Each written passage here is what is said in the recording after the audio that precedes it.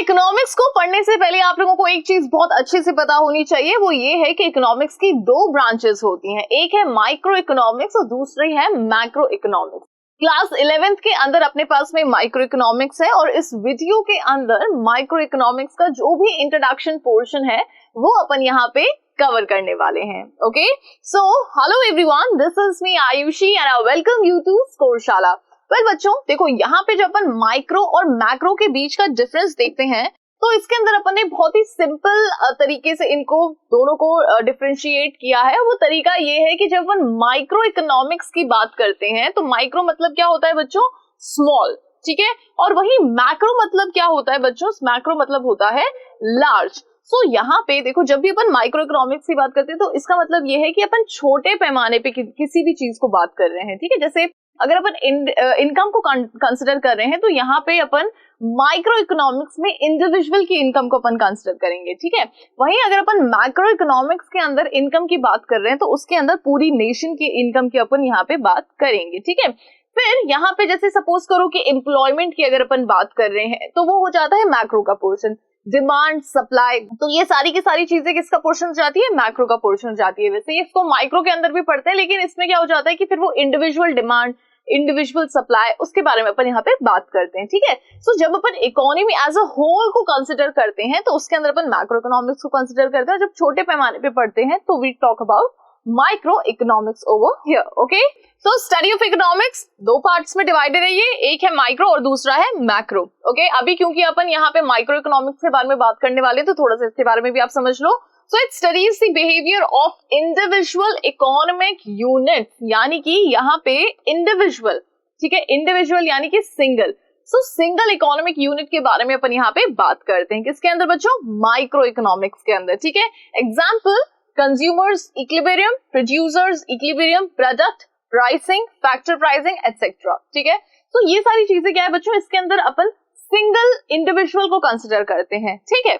Micro economics is also called price theory. अच्छा, ये चीज भी आपको ध्यान रखने वाली है कि अपन माइक्रो इकोनॉमिक्स को और किस नाम से जानते हैं, इसको अपन प्राइस थ्योरी के नाम से जानते हैं, ठीक है। चलिए, अब अगर अपन मैक्रो इकोनॉमिक्स को भी जरा साथ में समझें थोड़ा सा, तो इसके अंदर क्या होता है, it studies the behaviour of the economy as a whole. यहाँ पे पूरी इकोनॉमी को हम स्टडी करते हैं, पूरी इकोनॉमी के अंदर डिमांड, पूरी इकोनॉमी के अंदर सप्लाई, पूरी इकोनॉमी की इनकम, पूरी इकोनॉमी का अनएम्प्लॉयमेंट, ठीक है, पूरी इकोनॉमी के अंदर पॉवर्टी। सो यहाँ पे हम क्या करते हैं, पूरी इकोनॉमी को एज अ होल कंसिडर करते हैं। एग्जाम्पल, नेशन की इनकम यानी कि national income, aggregate demand, aggregate supply, general price level, inflation etcetera. So macro economics is also called theory of income and employment. So macro economics को हम और किस नाम से जानते हैं बच्चों, theory of income and employment के नाम से भी हम इसको जानते हैं। जैसे माइक्रो को अपन प्राइस थ्योरी के नाम से जानते हैं, वैसे ही इसका दूसरा नाम कौन सा है बच्चों, आप लोगों ने ध्यान रखना है, theory of income and employment. Okay, चलिए, अब यहाँ पे इकोनॉमी को अपन, ये वर्ड अपन बार बार यूज करें ना कि इकोनॉमी की इनकम, इकोनॉमी के अंदर एम्प्लॉयमेंट, इकोनॉमी के अंदर पॉवर्टी, तो ये इकोनॉमी क्या है? So it is a system in which people earn a living to satisfy their wants. तो इकोनॉमी एक ऐसा सिस्टम है जहाँ पे लोग क्या करते हैं, लोग अपना जीवन चलाने के लिए कुछ ना कुछ अर्न करते हैं, ठीक है। कुछ ना कुछ एक्टिविटीज यहाँ पे परफॉर्म होती हैं जिससे कि क्या होता है कि जो लोग हैं, यहाँ की पॉपुलेशन जो है वो एक्टिविटीज के अंदर इन्वॉल्व होते हैं और उससे अपनी इनकम वो अर्न करते हैं, और इनकम अर्न करने से जो भी उनकी वांट्स है उसको वो क्या करते हैं, सेटिस्फाई करते हैं, ठीक है। So it is a system in which people earn a living to satisfy their wants through process of production, consumption, investment and exchanges, ठीक है। सो हमने अभी यहाँ पे बात करी थी कि यहाँ पे हमारे सराउंडिंग में कुछ ना कुछ ऐसा प्रोसेस होता है जिसमें लोग अपने आप को इन्वॉल्व करते हैं और फिर वहां से वो अर्निंग करते हैं। अब ये जो प्रोसेस है वो प्रोडक्शन का प्रोसेस हो सकता है, कंजम्पशन का प्रोसेस हो सकता है, इन्वेस्टमेंट का प्रोसेस हो सकता है और एक्सचेंज का प्रोसेस हो सकता है, ठीक है। सो पॉपुलेशन अपने आप को इन सभी प्रोसेस में क्या करती है, इन्वॉल्व करती है और यहाँ से अपनी जो इनकम होती है उसे अर्न करती है, ठीक है, और उससे क्या कर पाती है बच्चों, अपनी जो वांट्स है उसको ज्यादा से ज्यादा अच्छे तरीके से सेटिस्फाई कर पाएगी, ठीक है। आई hope this much is clear.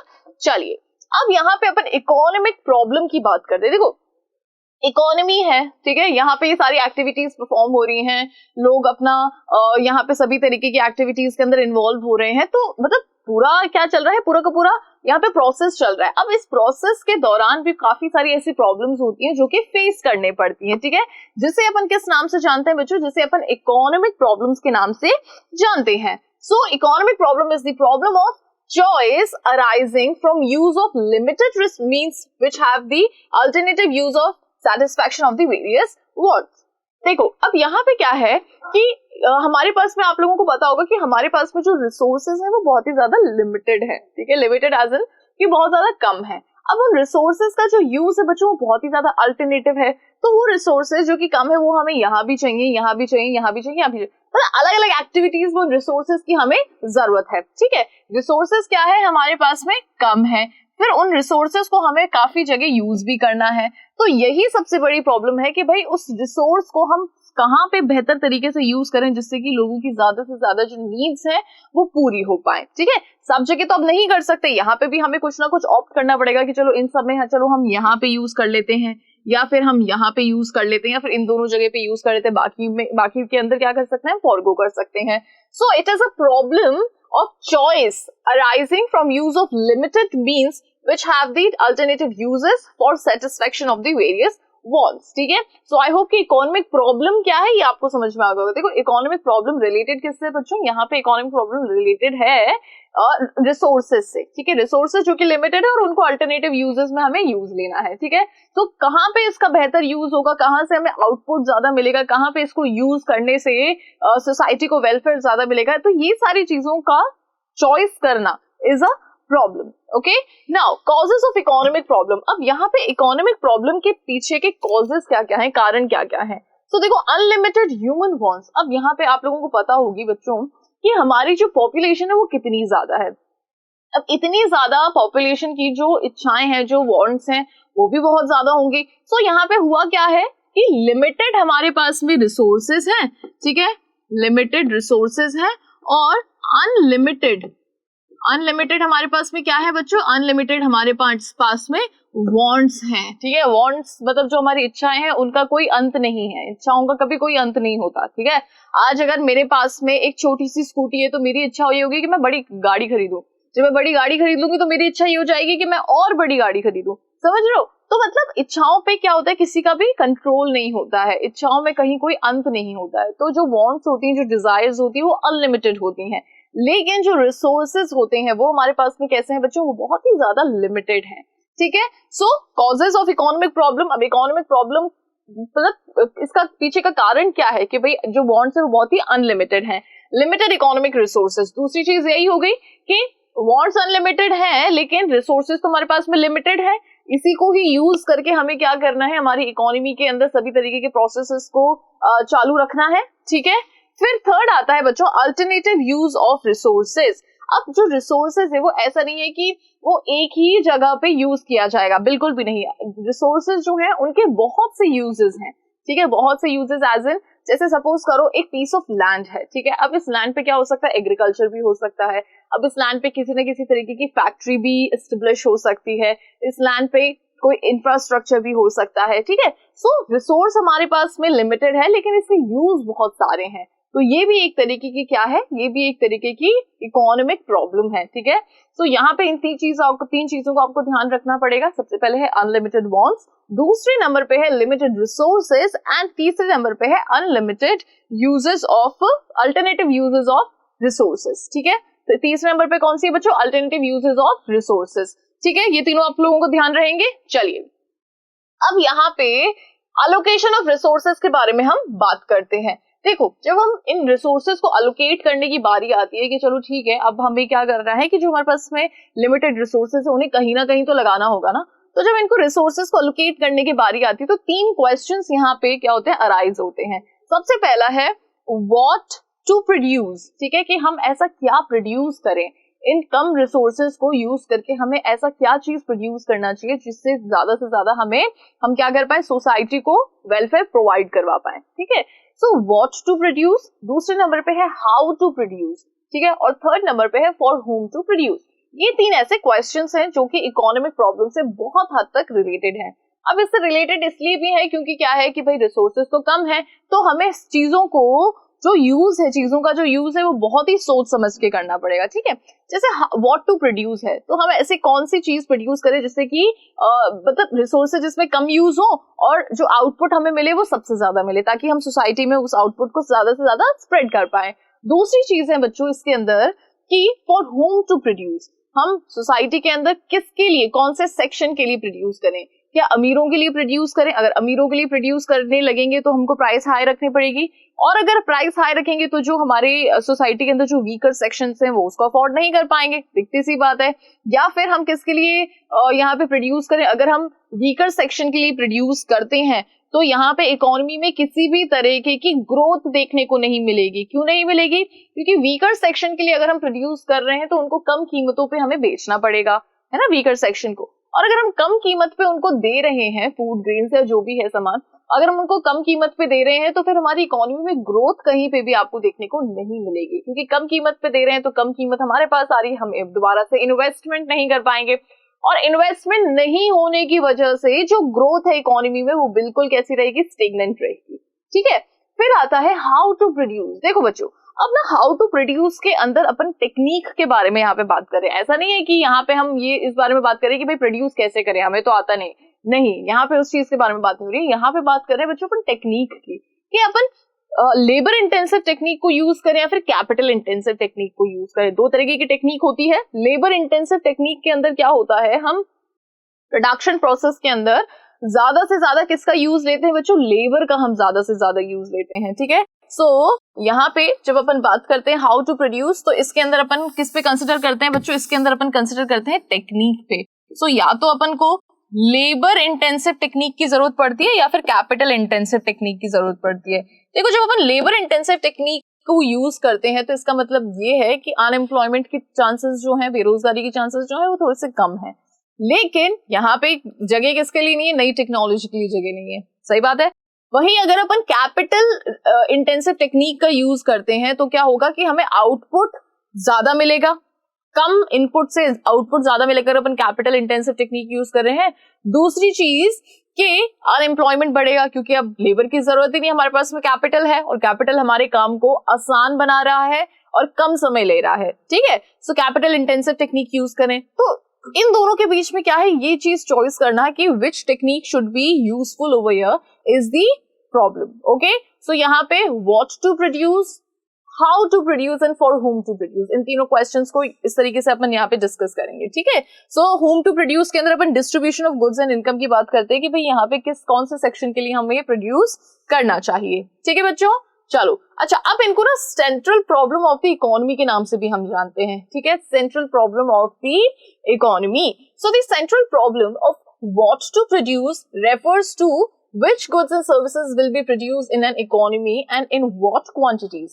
So यहाँ पे हमें ये देखना होगा what to produce के अंदर कि भाई हमें कौन से ऐसे गुड्स हैं जो कि प्रोड्यूस करने चाहिए, हमें कौन सी ऐसी सर्विसेज हैं जो कि प्रोड्यूस करनी चाहिए इकोनॉमी में, ठीक है। सो जैसे सपोज करो कि अगर जैसे अगर बाढ़ का समय है, ठीक है, तो अगर यहाँ पे हथियार प्रोड्यूस हो रहे तो क्या वो वहां पे काम आएंगे? बिल्कुल भी। क्या ये यहाँ पे रिसोर्सेज का यूज लेना, क्या ये बिल्कुल अप्रोप्रिएट मानोगे आप लोग? तो बिल्कुल अप्रोप्रिएट नहीं, क्योंकि बाढ़ के हालात हैं तो यहाँ पे लोगों को ज्यादा से ज्यादा किस चीज की नीड होगी? खाने की जरूरत होगी यहाँ पे लोगों को, ठीक है। लेकिन अगर इस पॉइंट पे हथियार प्रोड्यूस किए जा रहे हैं तो एक तरीके से वो रिसोर्सेज को वेस्ट करना हुआ, समझते हो इस बात को। दूसरी चीज ये, दूसरी तरीके से इसको देखो कि सपोज करो कि इकोनॉमी के अंदर युद्ध का माहौल चल रहा है और युद्ध के माहौल में आप प्रोड्यूस कर रहे हो कॉटन का आपने खेती कर रखी है, जूट की खेती कर रखी है, तो is it of any use to war? क्या ये वॉर के लिए कहीं पे भी किसी भी तरीके से यूजफुल है? नहीं है। सो यहाँ पे एक तरीके से क्या है कि आपने रिसोर्सेज को वेस्ट कर लिया। अगर इन्हीं रिसोर्सेज को आप हथियार बनाने में लगाते या फिर वॉर को थोड़ा सा वॉर को आप कह सकते थे कि सपोर्ट करते, तो हो सकता है कि ये चीज हमारे फेवर में होती, ठीक है। सो ये एक तरीके की प्रॉब्लम है कि भाई यहाँ पे जो प्रोड्यूस करना है वो क्या प्रोड्यूस करना है, जो गुड्स एंड सर्विसेज प्रोड्यूस करनी है वो क्या करनी है और कितनी क्वांटिटी में करनी है। अगर हम ज्यादा क्वांटिटी में कर लेंगे तो वो एक तरीके से क्या है, वो रिसोर्सेज की बर्बादी है, ठीक है। घर में अपन रोटी बनाते हैं तो रोटी कैसे बनाते हैं भाई? मम्मी अगर रोटी बनाती है तो मम्मी इस तरीके से तो बनाती है कि 5 सदस्य हैं तो 5 सदस्य हैं तो जैसे 3-3 रोटी खाते हैं सब लोग, तो 15 रोटी, ठीक है। सो 3-3 रोटी खाते हैं सब लोग, तो 15 रोटी हो गई, ज्यादा से ज्यादा 16-17 रोटी बन जाती है, ठीक है। ऐसा तो नहीं है ना मम्मी 30-30, 35-40 रोटियां बना रही हैं, ऐसा नहीं होता है, ठीक है। अगर ऐसा होता है तो इसका मतलब क्या है कि वो वेस्टेज एक तरीके से, है ना। तो इकोनॉमी के अंदर भी बिल्कुल बच्चों ऐसा ही होता है। इकोनॉमी के अंदर एक्सेस जो प्रोडक्शन है वो अवॉइड करना होता है ताकि हम रिसोर्सेज को कहीं ना कहीं बचा सकें, ठीक है। पहली चीज तो ये हो गई। और दूसरी चीज ये होती है कि अगर हम यहाँ पे प्रोडक्शन कम कर रहे हैं, प्रोडक्शन कम करने का मतलब ये है कि डिमांड ज्यादा है लेकिन प्रोडक्शन यहाँ पे कम हुआ है, सप्लाई कम है, तो इस तरीके से तो क्या होगा, इस तरीके से तो अमीर कोई भी एक्सप्लॉइट नहीं होगा। जिनके पास में ज्यादा पैसे होंगे वो इजीली खरीद देंगे कम सामान को, लेकिन जिनके पास में पैसे नहीं है बेचारे, उनको क्या करना पड़ेगा, सफर करना पड़ेगा, ठीक है। So what to produce and in which quantity it should be produced and what quantity it should be produced, this is the main problem over here, okay. सबसे पहला क्वेश्चन आई होप ये आपको क्लियर हो गया होगा। फिर दूसरा है, an economy has to produce those goods and services where there will be maximum social utility. So एक इकोनॉमी को ऐसे गुड्स प्रोड्यूस करने होते हैं जिसकी जो यूटिलिटी होती है वो काफी ज्यादा होती है, मैक्सिमम सोशल यूटिलिटी होनी चाहिए उन गुड्स की। This problem is studies under price theory. इस प्रॉब्लम को हम किस थ्योरी के अंदर पढ़ते हैं बच्चों, प्राइस थ्योरी के अंदर पढ़ते हैं अपन, ठीक है। नाउ दूसरे आता है the central problem, how to produce. अब यहाँ पे अपन हाउ टू प्रोड्यूस को थोड़ा सा समझते हैं। So it refers to what technique of production, labour intensive और capital intensive, should be used to produce goods. So how to produce के अंदर अपन ऐसे टेक्निक के बारे में बात करते हैं कि भाई कौन सी ऐसी टेक्निक है जो कि अपन को यूज करनी चाहिए यहाँ पे, जिससे कि क्या हो, आउटपुट हमारा ज्यादा हो लेकिन इनपुट हमें थोड़ा सा कम लगाना पड़े, ठीक है। सो यहाँ पे अपन बात करते हैं बच्चों टेक्निक की। An economy has to select that technique which maximizes the output, ठीक है। इकोनॉमी को ऐसी टेक्निक यहाँ पे चूज करनी पड़ती है जिससे कि जो आउटपुट होता है बच्चों वो कैसा होना चाहिए, वो मैक्सिमम होना चाहिए, ज्यादा से ज्यादा होना चाहिए एट द मिनिमम कॉस्ट। और जो कॉस्ट होनी चाहिए वो कैसी होनी चाहिए, मिनिमम कॉस्ट होनी चाहिए, ठीक है। यानी कि जो हमें आउटपुट मिल रहा है वो होना चाहिए ज्यादा, लेकिन जो हम कॉस्ट लगा रहे हैं वो होनी चाहिए कितनी, कम होनी चाहिए, ठीक है। सो इस तरीके की टेक्निक हमें यहाँ पे यूज करनी होती है, alright. So this problem is studies under the theory of production. अब इस प्रॉब्लम को हम कौन सी थ्योरी के अंदर पढ़ते हैं बच्चों, थ्योरी ऑफ प्रोडक्शन के अंदर पढ़ते हैं। सो आपको ये भी देखना है कि भाई ये जो प्रॉब्लम्स हैं इनको हम कहाँ पे पढ़ते हैं। तो ये थ्योरी ऑफ प्रोडक्शन के अंदर बात कर ली, इससे पहले वाली व्हाट टू प्रोड्यूस उसको अपन ने प्राइस थ्योरी के अंदर बात कर ली, ठीक है, प्राइस थ्योरी के अंदर। चलिए अब यहाँ पे थर्ड सेंट्रल प्रॉब्लम जो है इसको भी जरा अपन देखते हैं, फॉर होम टू प्रोड्यूस, ठीक है। थर्ड सेंट्रल प्रॉब्लम आप लोगों की क्या है कि यहाँ पे इकोनॉमी के अंदर अब जो प्रोडक्शन है वो किसके लिए होना चाहिए। So it is related to distribution of produce goods and services. तो ये किससे रिलेटेड होता है बच्चों, ये डिस्ट्रीब्यूशन से रिलेटेड होता है। Distribution of what, of produce goods and services, ठीक है। जो भी इकोनॉमी के अंदर गुड्स प्रोड्यूस हुए हैं, जो सर्विसेज यहाँ पे प्रोड्यूस हुई है, इसको किस तरीके से डिस्ट्रीब्यूट करना है, alright. That is income and wealth among factors of production in the form of rent, wages, interest and profit. So इन सभी फॉर्म में किस तरीके से यहाँ पे लोगों को इनकम और वेल्थ डिस्ट्रीब्यूट करनी है, it comes under for whom to produce. This is explained under the theory of distribution. ये किस थ्योरी के अंदर समझाया गया है बच्चों, ये समझाया गया है थ्योरी ऑफ डिस्ट्रीब्यूशन के अंदर, ठीक है। सो यहाँ पे आपको ये तीनों ही सेंट्रल प्रॉब्लम्स जो हैं ये आपको अच्छे से समझ जाना चाहिए, क्योंकि काफी बार आप लोगों से ये क्वेश्चन एग्जाम में पूछ लिया जाता है कि what are the central problems of an economy, ठीक है। तो आपको यहाँ पे तीनों ही सेंट्रल प्रॉब्लम्स बतानी है और फिर आपको ये भी बताना है कि इसको अपन किस थ्योरी के अंदर पढ़ते हैं। I hope this much is clear to you all. Okay. So next is opportunity cost. देखो माइक्रो इकोनॉमिक्स के अंदर बच्चों फिर नेक्स्ट जो चीज आप लोगों ने पढ़ी है वो है opportunity cost. क्या होती है opportunity cost, इसको जरा समझिए। So for the selection of an opportunity, the sacrifice of next best alternative use is called opportunity cost. देखो क्या होता है कि जब भी अपने पास में ऑप्शंस होते हैं, ठीक है, तो उस ऑप्शंस में से अपन सबसे पहले कौन सा ऑप्ट करते हैं, वो वाला ऑप्शन जो कि हमारे लिए सबसे ज्यादा क्या है, सबसे ज्यादा यूजफुल है, या फिर अपन ये चीज कह सकते हैं कि जिससे सबसे ज्यादा अपन को क्या मिल सकता है, प्रॉफिट मिल सकता है, ठीक है। तो उस ऑप्शन को जब हमने चूज किया और जो नेक्स्ट बेस्ट अल्टरनेटिव ऑप्शन जो कि हमने जाने दिया, जैसे कि अगर मैंने एक ऑप्शन चुना है जिससे कि मुझे प्रॉफिट हो रहा है ₹100 का, ठीक है, नेक्स्ट ऑप्शन से मुझे प्रॉफिट हो रहा था 80 का, उसके बाद में जो ऑप्शन थे उससे मुझे जो इनकम हो रही थी वो 20 की थी, और एक था जिससे मुझे 30 की हो रही थी, ठीक है। सो यहाँ पे सबसे बेस्ट ऑप्शन मैं कौन सा चूज करूंगी? ऑब्वियसली 100 वाला, ठीक है। तो यहाँ पे जो नेक्स्ट बेस्ट अल्टरनेटिव ऑप्शन है, यानी कि यहाँ पे ये जो है 80, ये क्या हो जाती है बच्चों मेरी? ये हो जाती है अपॉर्चुनिटी कॉस्ट, क्योंकि ये मैं क्या कर रही हूँ? सेक्रीफाइस कर रही हूँ। आया बात समझ में? So for the selection of an opportunity the sacrifice of next best alternative use is called opportunity cost. So in other words, it is the amount of one commodity that is to be sacrificed to increase the production of the other commodity. जब एक commodity के production को बढ़ाने के लिए जब हम दूसरे कमोडिटी के प्रोडक्शन को सेक्रीफाइस कर देते हैं तो उसे ही अपन अपॉर्चुनिटी कॉस्ट कहते हैं, ठीक है। प्रोडक्शन पॉसिबिलिटी, अब यहाँ पे देखो प्रोडक्शन पॉसिबिलिटी की अपन बात करते हैं। सो देखो प्रोडक्शन पॉसिबिलिटी का मतलब क्या होता है? पीपीसी, आप लोगों ने अक्सर ये चीज देखी होगी इस फॉर्म में, पीपीसी कर्व के नाम से इसको अपन कहते हैं। सो पीपीसी फ्रंटायर यानी कि प्रोडक्शन पॉसिबिलिटी फ्रंटायर और production possibility curve shows all the possible combination of two sets of goods that an economy can produce with the available resources.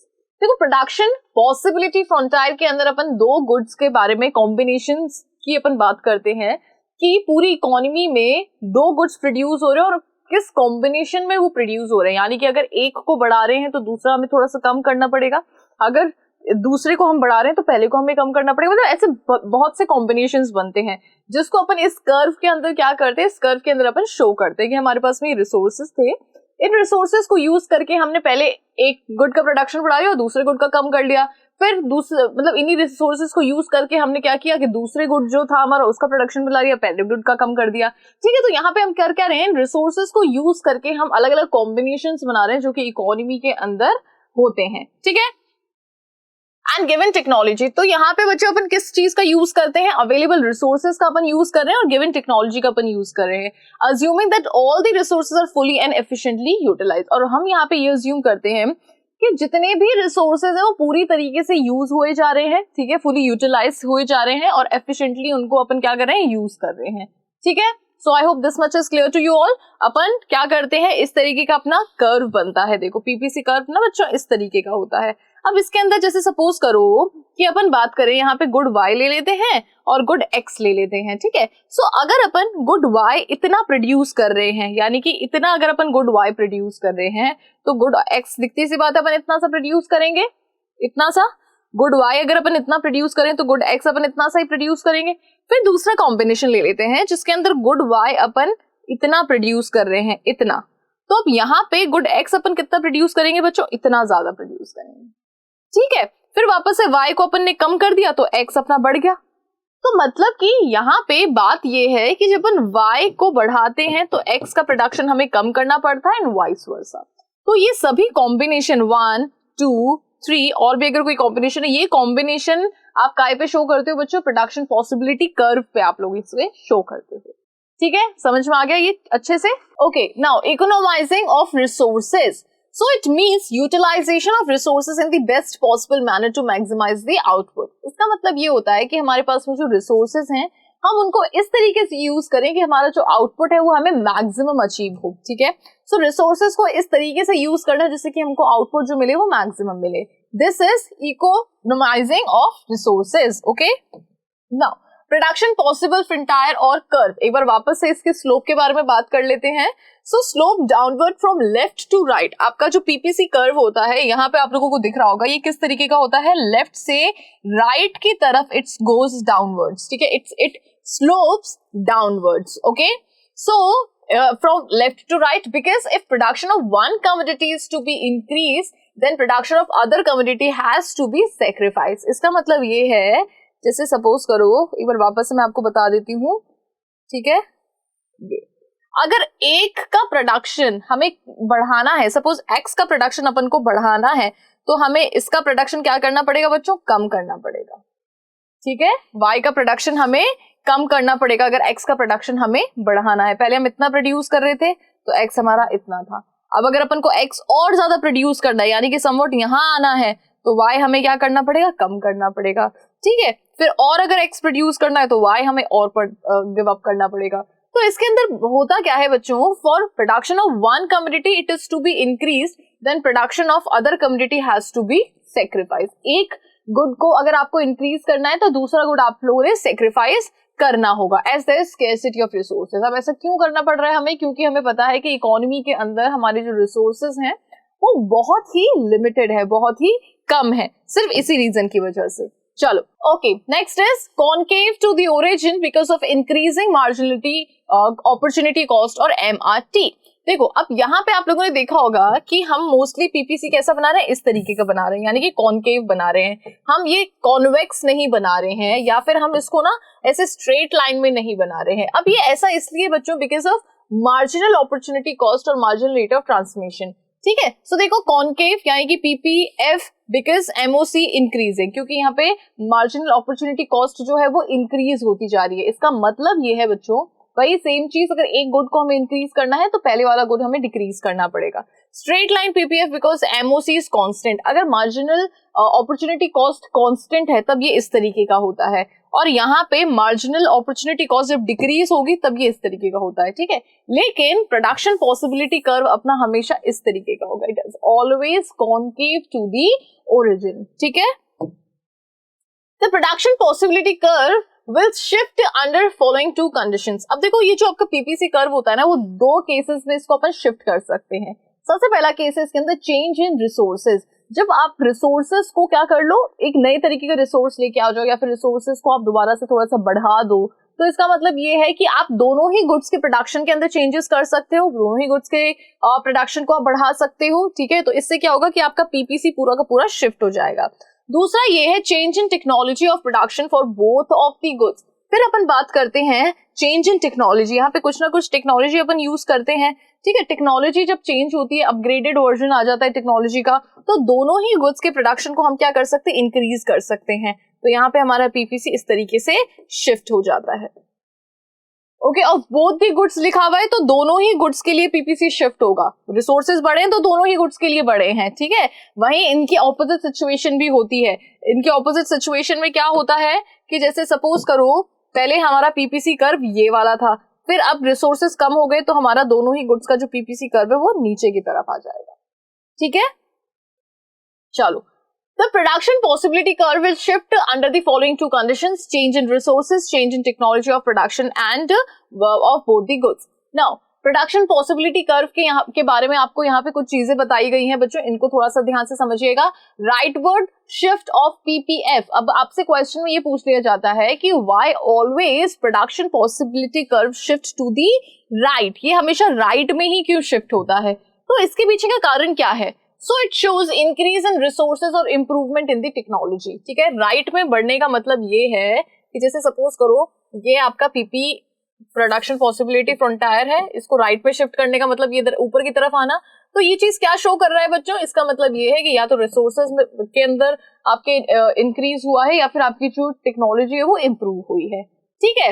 Example, labour becoming more skilled. जैसे suppose करो कि labour अगर labour intensive technique हम use करें और labour हमारी और ज्यादा स्किल्ड हो चुकी है ना, और ज्यादा उनके अंदर क्या कह सकते हैं अपन, मतलब उन्होंने ट्रेनिंग ले ली, स्किल्स उनके अंदर डेवलप हो गई, तो इसका मतलब क्या है कि वो ज्यादा से ज्यादा आउटपुट प्रोड्यूस कर पाएगी, तो हमारा जो पीपीएफ है वो और ऊपर की तरफ शिफ्ट हो जाएगा। Okay, improvement in technology, increase in productivity of land.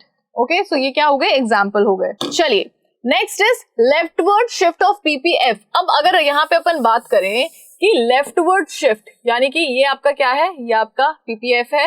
अब ये अगर लेफ्टवर्ड शिफ्ट हो गया, यानी कि अंदर की तरफ अगर कभी शिफ्ट हुआ, तो इसके पीछे के कारण क्या है? So it shows decrease in the resources. इसका मतलब ये है कि आपके रिसोर्सेज डिक्रीज हुए हैं, डिग्रेड हुए हैं, ठीक है। और जो आपकी टेक्नोलॉजी है वो भी अब क्या हो चुकी है, डिग्रेड हो चुकी है, मतलब अब टेक्नोलॉजी भी आपकी आउटडेटेड हो गई है। So degradation of technology in the economy. All right. Now, the production possibility curve will rotate towards under the following two conditions. अब जो आपका production possibility curve है वो rotate किस condition में होगा? देखो यहाँ पे क्या है कि यहाँ पे जैसे अगर गुड x है मान लो, तो गुड x दोनों टाइम में कॉमन है। यहाँ पे अगर गुड y है तो पहले अगर ये प्रोडक्शन है और ये प्रोडक्शन बढ़ा है तो इसका मतलब ये है कि टेक्नोलॉजी या फिर रिसोर्सेज सिर्फ और सिर्फ गुड वाई के लिए बढ़ाए हैं, ठीक है। दूसरी कंडीशन ये है कि पहले अगर सपोज करो ये इसका प्रोडक्शन था और फिर इसका प्रोडक्शन कम हो गया, तो इसका मतलब ये है कि अब यहाँ पे क्या किया है, टेक्नोलॉजी और रिसोर्सेज को थोड़ा सा कम लगा रहे हैं। Same goes with commodity X2। So improvement in technology in favour of one commodity. So अगर यहाँ पे सपोज करो कि पहले इतना प्रोडक्शन होता था, ठीक है, इसको अपन मान लेते हैं P, तो पहले प्रोडक्शन P होता था वाई गुड का, अब इसकी टेक्नोलॉजी में इम्प्रूव कर दिया तो इस सिर्फ P मतलब सिर्फ वाई गुड की टेक्नोलॉजी में इम्प्रूवमेंट किया है तो सिर्फ और सिर्फ इसी का ही प्रोडक्शन बढ़ेगा। तो P से क्या हो जाएगा बच्चों, P1 हो जाएगा, ठीक है। और यहाँ पे आप देख सकते हो कि S का जो प्रोडक्शन है वो बिल्कुल कांस्टेंट है। Next is growth of resources of the production of one community. अगर यहाँ पे एक ही गुड के लिए जो रिसोर्सेज यूज किए जाते हैं वो बढ़ा दिए जाए तो इसका मतलब ये है कि उसका जो प्रोडक्शन है वो बढ़ जाएगा, X पे किसी भी तरीके का इफेक्ट नहीं पड़ेगा, ठीक है। चलिए marginal rate of transformation MRT के बारे में थोड़ा सा अपन समझते हैं। So it is the amount of one commodity that is to be sacrificed. हम जब एक कमोडिटी का जो अमाउंट सैक्रिफाइस कर रहे हैं, यानी कि X को बढ़ाने के लिए हम Y को सैक्रिफाइस कर रहे हैं to increase production of other commodity by 1 unit. मतलब कि इधर देखिए, सो यहाँ पे क्या हो रहा है कि पहले ये था हमारा क्या था, प्रोडक्शन पॉसिबिलिटी कर्व, इसी को अपन कंसिडर कर लेते हैं। चलो इसको अपन कंसिडर कर लेते हैं, ठीक है। अब यहाँ पे ये Y का प्रोडक्शन है, ठीक है, इस पॉइंट पे अपन चलो ये वाला पॉइंट ले लेते हैं। सो इस पॉइंट पे ये कितना, ये क्या है, ये Y का प्रोडक्शन है ये वाला, और इस पॉइंट पे X का प्रोडक्शन कितना है बच्चों, सिर्फ ये इतना X का प्रोडक्शन है, ठीक है। अब अगर अपन को इसका एक प्रोडक्शन बढ़ाना पड़ेगा, एक यूनिट इसका अगर X का प्रोडक्शन अपन को बढ़ाना है, सपोज यहां तक हमें आना है, तो Y हमें जो सेक्रीफाइस करना पड़ेगा, यानी कि दिस मच, ये जो Y हम सेक्रीफाइस कर रहे हैं, this is known as MRT, marginal rate of transformation. Okay, so दूसरे गुड की एक यूनिट बढ़ाने के लिए पहले गुड को हम जितना सेक्रीफाइस कर रहे हैं, that is known as marginal rate of transformation. Now MRT can also be called marginal opportunity cost. अब देखो इसमें कंफ्यूज बिल्कुल भी नहीं होना है, चाहे अपन मार्जिनल रेट ऑफ ट्रांसफॉर्मेशन बोलें चाहे मार्जिनल अपॉर्चुनिटी कॉस्ट बोलें, दोनों का मतलब ही आपको यहाँ पे बिल्कुल सिमिलर है। It is defined as the additional cost in terms of number of units of goods sacrificed to produce an additional unit of the another good। तो सेम थिंग है, बस उसकी थोड़ी सी जो लैंग्वेज है वो उसको थोड़ा सा चेंज कर दिया गया है। ऑलराइट, यहाँ पे अपन बात करते हैं बच्चों MRT के बारे में अब थोड़ा सा। सो MRT is the ratio of units of one good sacrifice, एक गुड जो हमने सेक्रीफाइस किया है दूसरी एक और यूनिट को प्रोड्यूस करने के लिए, that is MRT। So unit of Y sacrificed, unit of X produced, ठीक है। सो इसको अपन कैसे देखते हैं, चेंज दोनों में ही आया है, Y में भी चेंज ही आया है, पहले जो हम प्रोड्यूस करते थे उससे अब हम प्रोडक्शन इसका क्या करें, कम करें, तो चेंज तो इसमें भी आया है और X के अंदर भी चेंज आया है। X के अंदर चेंज कैसे आया है, क्योंकि भाई अब इसका प्रोडक्शन थोड़ा सा बढ़ गया है, ठीक है। So marginal is equals to at the border और adjacent next to the adjoining, transformation is equals to change in the form, shape and appearance of the size. Transformation तो आप लोगों को पता ही होगा, टिकटॉक वीडियोस कौन नहीं देखता, ठीक है। सो ट्रांजिशन, ट्रांसफॉर्मेशन, इसका मतलब ये है कि चेंजेस। ऑलराइट, तो आई होप यहाँ तक आप लोगों को क्लियर हो गया होगा। आगे देखते हैं आगे अपने पास में क्या है। सो देखो अब यहाँ पे से क्या है बच्चों, अपने पास में कुछ इंपॉर्टेंट डेफिनेशंस हैं, ठीक है, टर्म्स अपने पास में गिवन है, उन टर्म्स को थोड़ा सा अपन समझेंगे यहाँ पे, क्योंकि आगे आने वाले चैप्टर्स के अंदर अपन इन्हीं टर्म्स को काफी अच्छे तरीके से ब्रॉड सेंस में इन्हीं टर्म्स को अपन यूज करेंगे, ठीक है। सो जरूरी अपने लिए ये है कि इन टर्म्स को अपन थोड़ा सा अच्छे से समझें। ऑलराइट, चलो सर्विसेज की जब अपन बात करते हैं तो सर्विसेज क्या होती हैं। So it is a type of economic activity that is intangible। Intangible वो चीजें होती हैं जिनको अपन टच नहीं कर सकते, ठीक है। So services भी ऐसी आप कह सकते हो कि इकोनॉमिक एक्टिविटी है which is intangible, ठीक है, जिन्हें आप टच नहीं कर सकते हो। ओके, अब जैसे टीचर की जो सर्विस होती है या जो डॉक्टर की सर्विस होती है, तो you can not touch that service, है ना। गुड्स को तो आप ठीक है, आप गुड्स को टच कर सकते हो, आप उसको फील कर सकते हो, गुड्स आर टेंजिबल, लेकिन सर्विसेज कुछ ऐसी इकोनॉमिक एक्टिविटीज होती हैं which are intangible. Okay, so a type of economic activity that is intangible is not stored and does not result in ownership. अब यहाँ पे गुड्स को तो अपन स्टोर करके रख सकते हैं, उसके मतलब उसके लिए अपन ओनरशिप के बारे में अपन ओनरशिप लगा सकते हैं कि भाई अगर ये मार्कर है तो ये मार्कर मेरा है, it is a good, and इसके ऊपर ओनरशिप किसकी, मेरी है। लेकिन सर्विसेज के साथ में ऐसा नहीं है, you can not store services first of all, and second is that कि आप उसके ऊपर ओनरशिप नहीं लगा सकते हो। Okay, a service is consumed at a point of sale, ठीक है, सर्विसेज जो है वो एक पॉइंट ऑफ सेल पे कंज्यूम की जाती है। Service are one of the two key component of economics, the other being of goods, ठीक है। सो यहाँ पे जो हमारे दो की कंपोनेंट्स है इकोनॉमिक्स के, उसके अंदर एक तो आता है गुड्स और दूसरा हो जाता है अपना सर्विसेज, ठीक है। तो service of a doctor, example service of a doctor, ठीक है। अब यहाँ पे अपन बात करते हैं बच्चों वांट्स की। So wants are mere desires, आपकी इच्छाएं जो होती है वही आपकी वांट्स हैं। So wants are mere desires to buy the object irrespective of the price and capacity. So यहाँ पे आपके डिजायर्स होती हैं, इच्छाएं होती हैं, आपको ये नहीं पता होता कि मतलब वो आपकी इच्छा है कि भाई मुझे बड़ी गाड़ी खरीदनी है, अब उसकी प्राइस और उसकी कह सकते हो कैपेसिटी आपके लिए बिल्कुल वैल्यूएबल है या नहीं है वो आपको नहीं पता है। बहुत बड़ी गाड़ी खरीदनी है लेकिन जेब में पैसा नहीं है, लेकिन वो मेरी क्या है, वो मेरी वांट है, वो मेरी डिजायर है। सो यहाँ पे अपन प्राइस को और कैपेसिटी को बिल्कुल भी ध्यान नहीं देते हैं। जो भी चीज होती है वो अगर वो अपने लिए वांट की तरह वर्क करती है, अगर वो अपने लिए डिजायर की तरह वर्क करती है तो वो करती है, ठीक है। उसके लिए अपन उसकी प्राइस को कंसिडर नहीं करते, और इसी को ही अपन किस नाम से जानते हैं बच्चों, इसी को ही अपन वांट्स के नाम से जानते हैं। चलो next is resources. So resources क्या होते हैं, ये तो अपन बहुत ही छोटी क्लासेस से पढ़ते हुए आए हैं, अपन को पता भी है भाई रिसोर्सेज होते क्या हैं। सो सर्विसेज और asset which is used to produce goods and services that meet human needs and wants are called resources, ठीक है। सो रिसोर्सेज वो एसेट होते हैं या फिर वो सर्विस होती है जो कि प्रोडक्शन में यूज की जाती है। एक तो चीज ये हो गई, दूसरी चीज ये कि वो चीजें जो कि ह्यूमन वांट्स को फुलफिल करती हैं। ओके, सो वो सर्विसेज जो कि ह्यूमन नीड्स को फुलफिल करती है उन्हीं को अपन रिसोर्सेज कहते हैं। सो शॉर्ट में अगर इसको अपन समझे तो रिसोर्सेज क्या होता है, वो सभी चीजें जो कि किसी भी तरीके के काम को आसान बनाती हैं, ठीक है। सो वो क्या हो जाते हैं, वो हमारे सभी तरीके के रिसोर्सेज हो जाते हैं। अब इसमें नेचुरल भी आ जाते हैं, मैन मेड भी आ जाते हैं, ठीक है। अब इससे ज्यादा अगर मैं डेप्थ में जाऊंगी तो मेरे को किसकी मतलब 5th क्लास की जो बुक है ना वो खोलनी पड़ेगी, बट एनीवेज रिसोर्सेज क्या है आप लोगों ने अच्छे से पता है, ठीक है। चलिए गुड्स, गुड्स क्या होता है। सो all physical and tangible, services कैसी थी, इंटेंजिबल। गुड्स क्या है, इनका फिजिकल कुछ ना कुछ अपीयरेंस है, ये टेंजिबल है, वी कैन टच देम।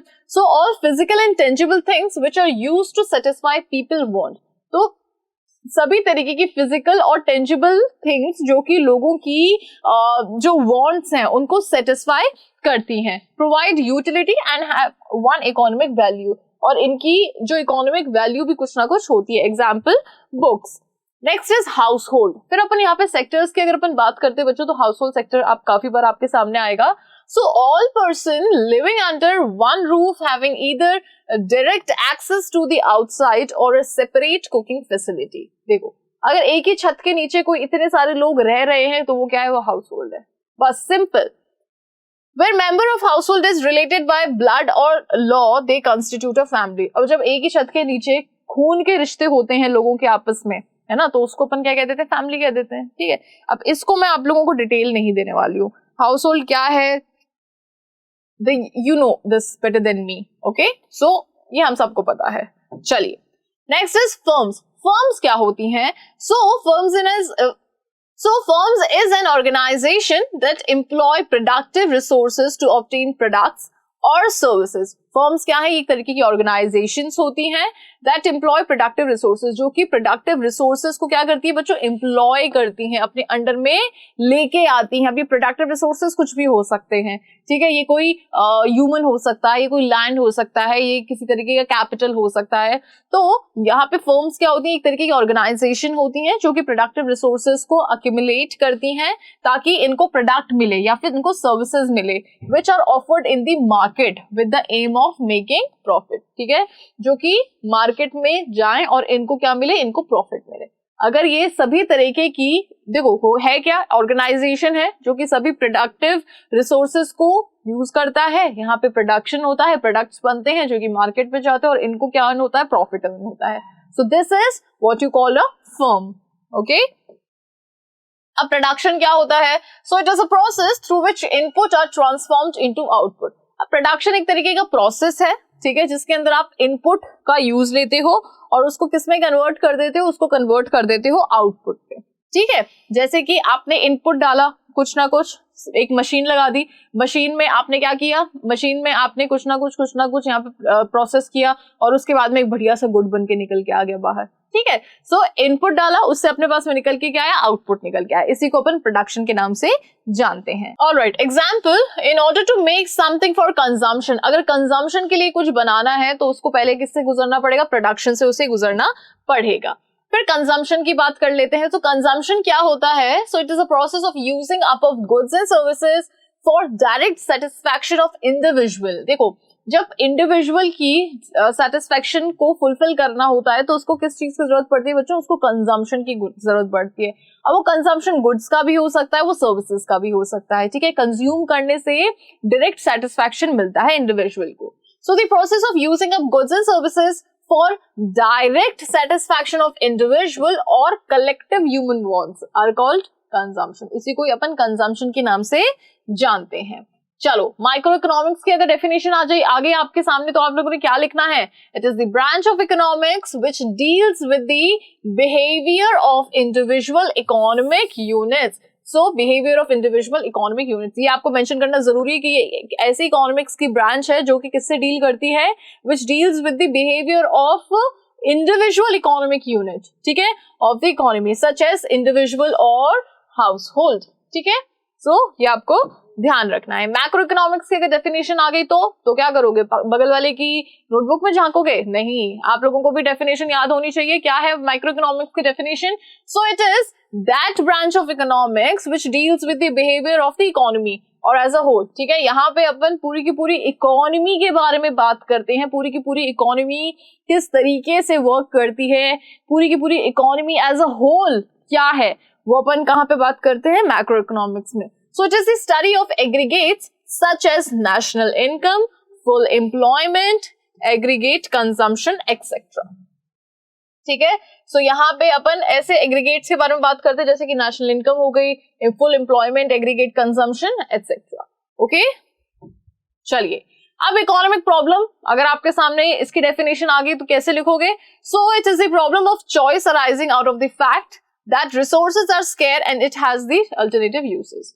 ठीक है, तीन चीजें हमने पढ़ी थी, unlimited wants, resources are scarce, square नहीं स्केयर, ठीक है। So unlimited wants, resources are scarce and third one is alternative uses of resources. तो यही हो जाती है आपकी इकोनॉमिक प्रॉब्लम, ठीक है। So it is mainly the problem of choice.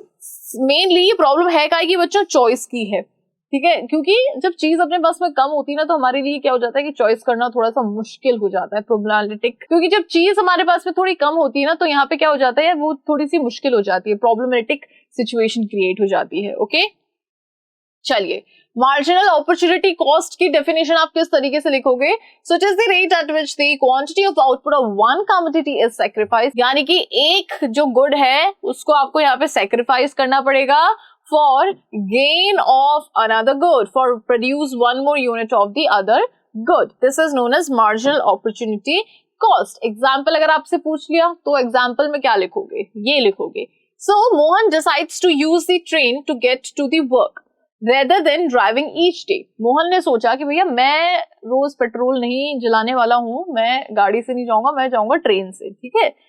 आगे बात समझ रहे हैं? The train fare each month will be ₹350. Train का खर्चा कितना आएगा उसका भैया? ₹350. After 1 month, he calculate that he is spending ₹250 less on petrol and about ₹25 less on maintaining her car. तो यहाँ पे उसने फिर मतलब 1 महीने बाद में ये चीज एनालाइज करी कि भैया अगर वो गाड़ी से जाता है तो उसके सिर्फ और सिर्फ कितने रुपए लगेंगे? ₹250 उसके तेल के लगेंगे और मेंटेनेंस उसके ₹25 लगेंगे। सो समवॉट अराउंड 250 and 25, यानी कि ₹275 उसका खर्चा आएगा, और ट्रेन से जा रहा है तो ₹350 का उसका खर्चा आ रहा है, ठीक है। सो यहां तक समझ आ गया? What is the opportunity cost of using the train? तो यहाँ पे ट्रेन को यूज करने की अपॉर्चुनिटी कॉस्ट क्या है? क्या है उसकी opportunity cost? So cost of using train is equals to per month is equals to 350, cost of using the car, so 250 plus ₹25। So opportunity cost of using the train is 350 minus 275 is equals to 75 rupees per month. तो यहाँ पे इसे क्या हो रहा है बच्चों, यहाँ पे इसे 75 रुपीज का लॉस हो रहा है, यही है इसकी अपॉर्चुनिटी कॉस्ट. क्लियर? इस एग्जाम्पल से तो आई होप कि आपको अच्छे से क्लियर हो गया होगा. मतलब कि जो अपन बेस्ट अल्टरनेटिव चुनते हैं, यहाँ पे इसने सोचा कि यार मैं रोज गाड़ी वाड़ी से नहीं जाऊंगा, मैं ट्रेन से जाऊंगा अपने बढ़िया आराम से. तो इसको लगा होगा कि भाई तेल बहुत महंगा है, नहीं जाया जाएगा, तो इसने बेस्ट ऑप्शन चूज कर लिया. लेकिन ये गवा क्या रहा था, ये गवा रहा था 75 रुपीज, ठीक है, पर मंथ. 75 रुपीज इसकी अपॉर्चुनिटी कॉस्ट जिसे ये हर महीने गवा रहा था, क्योंकि 350 रुपीज तो इसका फेयर आ ही रहा है. अगर ये इससे जाता है अपनी कार से तो इसका फेयर कितना आ जाता है, 275. तो अपॉर्चुनिटी कॉस्ट इसमें कितनी रहती है बच्चों, सिर्फ 75 रुपीज की इसकी अपॉर्चुनिटी कॉस्ट रहती है. अगर ये सेकंड अल्टरनेटिव यूज कर लेता तो हो सकता था कि भाई यहाँ पे ये अपॉर्चुनिटी कॉस्ट नहीं रहती. तो इसने जो सेकंड बेस्ट अल्टरनेटिव है इसको इसने क्या कर दिया, जाने दिया. ठीक है, तो इसी को अपन अपॉर्चुनिटी कॉस्ट के नाम से जानते हैं. ओके, सो यहाँ पे सेकंड है आपके पास में example of opportunity cost. Opportunity cost का एक और एग्जांपल है जिससे आपको और अच्छे से क्लियर हो जाए. So Ruth has a mobile shop. Ruth नाम की एक लड़की है, उसकी एक मोबाइल शॉप है. She wants to employ 2 students to work for her between June and August. So June, July, August, June और अगस्त के बीच में वो चाहती है कि वो 2 ऐसे स्टूडेंट्स को एम्प्लॉय कर ले जो कि उसके शॉप पे उसको हेल्प आउट करे. ठीक है, she expects each employee to generate ₹250 a day. अब वो ये चाह रही है कि भाई एक्सपेक्ट करती है कि एक एम्प्लॉय है वो एक दिन का 250 रुपए कमाए. ठीक है, each ₹250 a day each of 78 working days. ठीक है, और 78 वर्किंग डेज के अंदर हर दिन वो 250 रुपीज कमाए एक जना. Okay, of this period. However, if she lost 2 days of the starting of the period and fully trained her employees, they could be generate 260. फिर उसे लगता है कि यार अगर मैं स्टार्टिंग के 2 दिनों में इनको क्या करूं, स्टार्टिंग के 2 दिनों में अगर इनको मैं ट्रेनिंग दूं तो हो सकता है 250 की जगह 260 रुपीज कमाए per day. Okay, What is the opportunity cost of training her employees? तो यहाँ पे जिन 2 दिनों में वो जो इनको ट्रेनिंग दे रही है उसकी अपॉर्चुनिटी कॉस्ट क्या है. ठीक है, तो इसको जरा एक बार आप समझो. So earning from her 2 employees without training. अब पहले अपन ये देखेंगे कि ट्रेनिंग जब वो नहीं दे रही है, अगर मान लो कि बिना ट्रेनिंग के ही वो यहाँ पे उनसे काम करवा रही है, यानी कि 78 डेज को अगर अपन कंसिडर करते हैं तो यहाँ पे उसकी अर्निंग्स कितनी होती है, 39,000. ठीक है, 250 इंटू 78 इंटू 2, क्योंकि 2 जने हैं. ठीक है, तो यहाँ पे इसकी अर्निंग्स कितनी होगी, 79,000. If she train the employee she would lose 2 working days worth of revenue. अगर वो ट्रेन करती है, ये तो क्या हो गया, अगर वो उन्हें ट्रेन नहीं करती है, पूरे 78 दिन उनको काम करवाती है, फिर अगर वो उनको ट्रेन करती है तो 2 दिन माइनस हो जाएंगे, यानी कि 76 डेज का यहाँ पे आपका रेवेन्यू काउंट होगा. सो 39,000 बिना ट्रेनिंग के, 39,520 विथ ट्रेनिंग के. ठीक है, अब यहाँ पे ऐसा क्यों हुआ, क्योंकि यहाँ पे एक्सपेक्ट करी थी 250 पर डे का, यहाँ पे ट्रेनिंग के साथ में एक्सपेक्ट करी थी 260 पर डे. ठीक है, सो अब क्योंकि यहाँ पे 2 जने हैं तो 250 इंटू 2 कर देते हैं, और यहाँ पे भी 2 जने तो 260 इंटू 2 कर देते हैं. तो ट्रेनिंग के साथ में इसको यहाँ पे 2 दिन ट्रेनिंग के हो गए, तो इसलिए यहाँ पे इसने 76 डेज को काउंट किया है. ठीक है, सो यहाँ पे अब इसका रेवेन्यू कितना होगा, 39,520. ठीक है, सो अब इसकी अपॉर्चुनिटी कॉस्ट क्या है, opportunity cost of not training her employees. जो अपॉर्चुनिटी इसने गंवा दी, अगर इसको ट्रेन कर देती तो इसको और कितने का यहाँ पे फायदा हो जाता, 520 का उसको फायदा हो जाता. लेकिन इसने ट्रेनिंग नहीं दी और इसने अपॉर्चुनिटी को गवा दिया. ठीक है, जो नेक्स्ट इसका बेस्ट अल्टरनेटिव था उसको इसने गवा दिया, और ये इसकी अपॉर्चुनिटी कॉस्ट हो गई ₹520. कैसे हो गई, इसको और इसको अपन ने माइनस कर दिया. ठीक है, सो ये तब इसकी इनकम होती जब ये क्या करती, तब जब ये ट्रेनिंग नहीं देती. ठीक है, 78 डेज काम पे लगा देती, तब ये एक्सपेक्ट करती कि 250 रुपीज पर डे एक जना तो कमाएगा. फिर इसने दूसरी कंडीशन ये थी कि इसने सोचा कि यार 2 दिन अगर मैं ट्रेनिंग देती हूँ, यानी कि 76 डेज बचेंगे फिर, और फिर मैं एक्सपेक्ट करती हूँ तो 2 दिन ट्रेनिंग देने से एटलीस्ट 250 नहीं तो 260 तो कमाएंगे. तो इतने का इसको क्या हुआ, इसकी लॉस इसने फेस किया. कौन सी सिचुएशन में, इस सिचुएशन में. ठीक है, so this is opportunity cost. चलिए अब प्रोडक्शन पॉसिबिलिटीज के बारे में बात करते हैं. So different combination of goods and services which an economy can produce with its available resources and given technology. तो यहाँ पे दो चीजों के ऊपर फोकस करना है आपको, available resources and the second one is given technology. तो इन दोनों चीजों को यूज करके जब इकोनॉमी जो अपना प्रोडक्शन करती है गुड्स का, इसी को ही अपन क्या कहते हैं, अलग अलग कॉम्बिनेशन जो प्रोड्यूस करती है, इसी को ही अपन किस नाम से जानते हैं, इसी को ही अपन कहते हैं बच्चों प्रोडक्शन पॉसिबिलिटी. ओके, अब प्रोडक्शन पॉसिबिलिटी कर्व. सो ये क्या होता है बच्चों, it is a curve which depicts all the possible combination. So ये एक तरीके का कर्व होता है जो कि आपको क्या बताता है, सभी तरीके के पॉसिबल कॉम्बिनेशंस आपको बताता है ऑफ टू गुड्स, दो गुड्स के. ठीक है, सो इधर अपन y ले लेते हैं, इधर अपन x ले लेते हैं. तो ये क्या बताता है, दो गुड्स का कॉम्बिनेशन बताता है, possible combination. Okay, that an economy can produce with the utilization of available resources, जो कि एक इकोनॉमी प्रोड्यूस कर सकती है किस तरीके से, अपने रिसोर्सेज को यूज करके और टेक्निक ऑफ प्रोडक्शन को यूज करके. Now it is an important tool to solve the central economic problem. अब PPF कह लो, फ्रंटायर कह लो या कर्व कह लो, ये क्या है, एक तरीके का ऐसा सोल्यूशन है जिससे कि आप जो इकोनॉमिक प्रॉब्लम है उसको इजीली सॉल्व कर सकते हो. It is also known as transformation curve. अच्छा, अभी देखो बच्चों, इसका एक और नाम होता है ट्रांसफॉर्मेशन कर्व. इसको भी आप लोग एक बार नोट कर लीजिएगा, क्योंकि हो सकता है ये आपसे पूछ लिया जाए एग्जाम के अंदर इस नाम से और आप वहां पे कुछ भी ना लिख के आओ. ऐसा बिल्कुल नहीं करना है. सो इसको ट्रांसफॉर्मेशन कर्व के नाम से भी अपन जानते, और प्रोडक्शन पॉसिबिलिटी फ्रंटायर, या फिर इसको अपन प्रोडक्शन पॉसिबिलिटी फ्रंटायर के नाम से भी जानते हैं. फिर next is labour intensive technology. तो लेबर इंटेंसिव टेक्नोलॉजी के बारे में अपन ने बात करी थी. So when goods are produce using large quantity of labour, जब गुड्स प्रोड्यूस किए जाते हैं, जो अपन जैसे ज्यादा से ज्यादा जहां पे लेबर का अपन यूज लेते हैं, है ना, and very few simple machines. और यहाँ पे जो मशीन्स होती है बहुत ही कम होती है, बहुत ही सिंपल सी मशीन होती है. मशीन यानी कि हमें टेक्नोलॉजी जो होती है.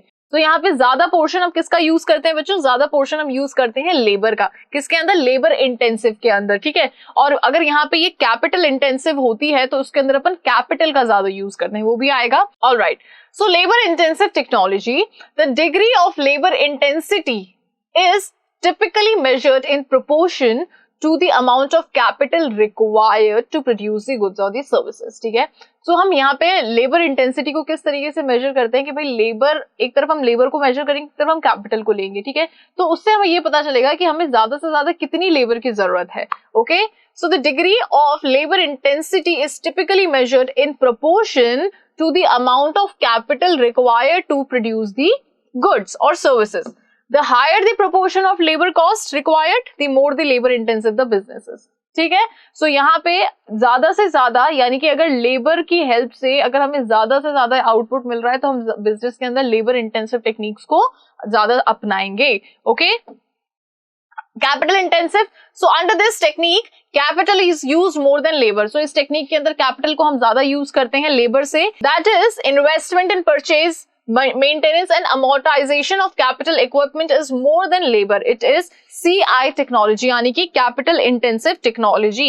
So यहाँ पे हम ज्यादा खर्चा किस पे करते हैं, कैपिटल पे करते हैं. कैपिटल की परचेज पे, मेंटेनेंस पे, अमोर्टाइजेशन पे, इन सब चीजों पे जब हम इक्विपमेंट के, तो इन सब चीजों पे जब ज्यादा खर्चा किया जाता है तो उसको कैपिटल इंटेंसिव टेक्नोलॉजी के नाम से हम जानते हैं. सो कॉजेज ऑफ इकोनॉमिक प्रॉब्लम, इसको भी अपन ने बात करी थी. तीन चीजें इसके अंदर अपन ने डिस्कस करी थी, scarcity of resources, unlimited wants, and the third one is limited resources having alternative uses. So scarcity is equals to a state of being short supply. Scarcity का मतलब क्या है, एक ऐसा स्टेट जहां पे जो सप्लाई है वो बहुत ही कम है. अल्टरनेट यानी कि हैपन टू बाय टर्न्स, यानी कि हम ये वाला चूज करें कि ये वाला चूज करें, that is alternate. Other uses. Okay, features of resources, so resources हमारे कैसे हैं, बहुत ही लिमिटेड है और उसके अल्टरनेटिव यूजेस हैं.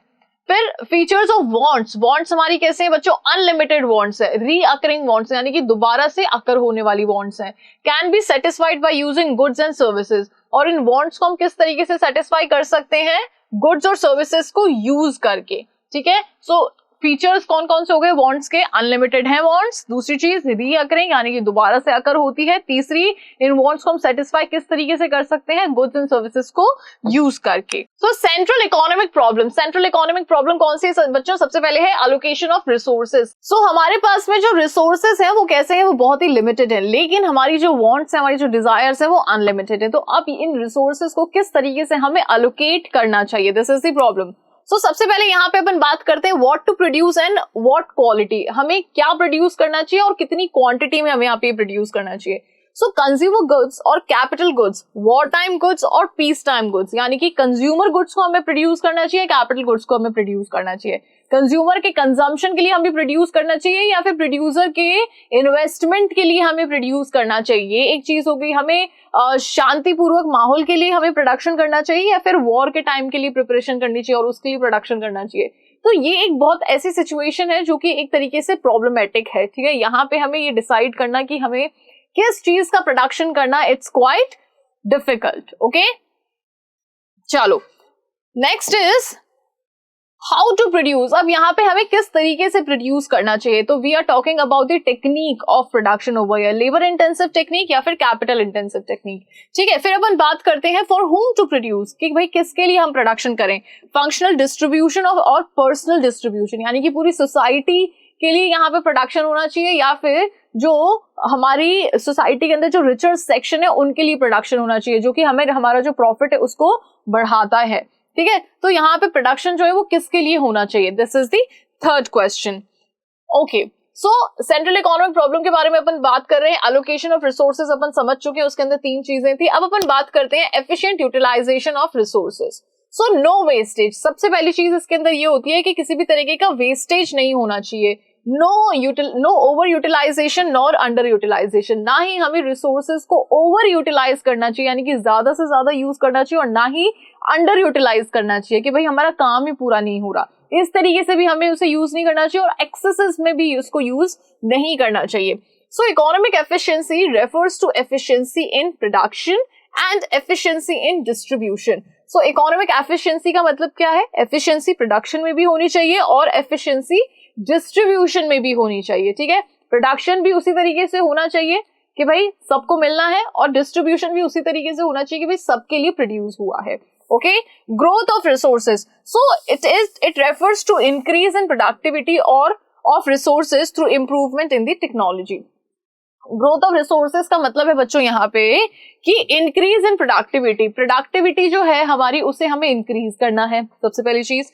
Of resources through improvement in technology, so productivity किस तरीके से इंक्रीज होगी, या तो हम रिसोर्सेज को अच्छे से यूज करें या फिर टेक्नोलॉजी को हम अपडेट करते रहें, नई नई तरीके की टेक्नोलॉजी लेके आए, तो उससे क्या होगा कि हमारा जो प्रोडक्शन है वो बढ़ेगा। ओके, चलो फिर allocation is equals to the act of sharing something and amount of resources allowed or assigned for something, मतलब कितने रिसोर्सेज किसके लिए अलॉट किए गए हैं, किसके लिए रखे गए हैं, दैट इज एलोकेशन।